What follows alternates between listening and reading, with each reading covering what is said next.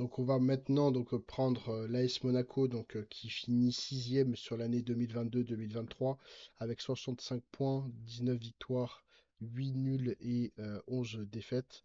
Donc juste en dessous du LOSC et juste au-dessus de l'Olympique Lyonnais. Donc plutôt décevant sur cette année.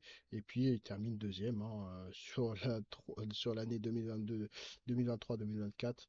Ils auraient peut-être pu bon, chercher un peu plus loin, mais il y a quand même un énorme écart, notamment donc avec 20 victoires, 7 nuls et 7 défaites, tout simplement.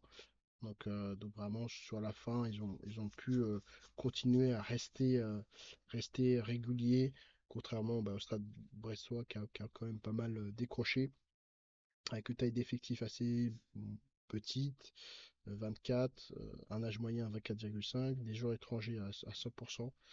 Donc ça c'est aussi quelque chose qui est un peu particulier. Enfin bon, après c'est lié aussi évidemment le fait qu'il soit à Monaco, hein, donc on peut tout à fait comprendre.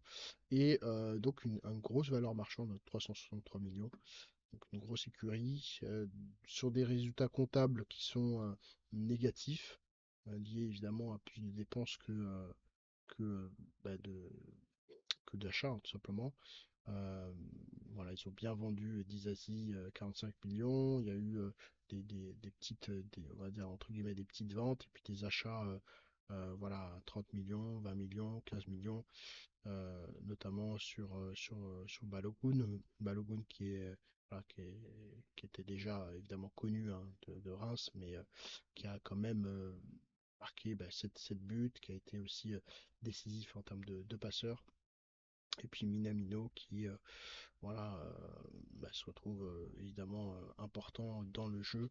Et Wissam Ben Yedder qu'il va falloir évidemment remplacer avec 16 buts, hein. Toujours très impressionnant.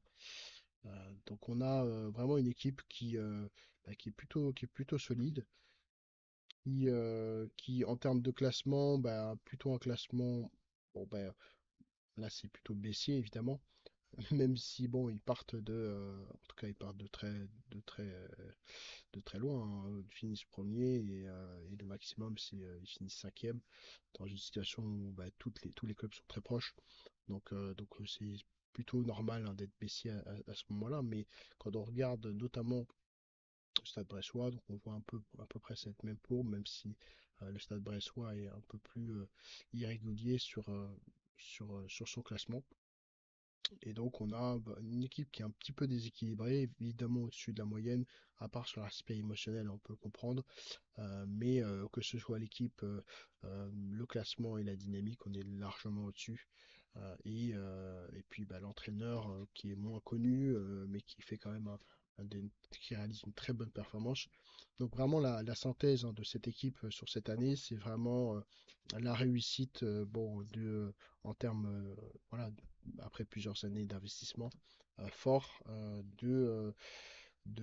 d'investir peut-être presque au bon moment avec les bons moyens. Il n'hésite pas non plus à mettre de l'argent pour prendre des joueurs importants. Est-ce que ça va être le futur champion l'année prochaine, hein, ça pourrait être un pari qu'on pourrait faire parce que il y a vraiment cette capacité à, bah, à mettre le paquet entre guillemets dans cette équipe. Maintenant, voilà, ça va être difficile puisqu'il va y avoir quand même la Ligue des Champions à jouer. Il va y avoir quand même pas mal de choses à prendre en considération. Donc, il va falloir prendre évidemment les bonnes décisions pour pouvoir se maintenir à ce niveau-là.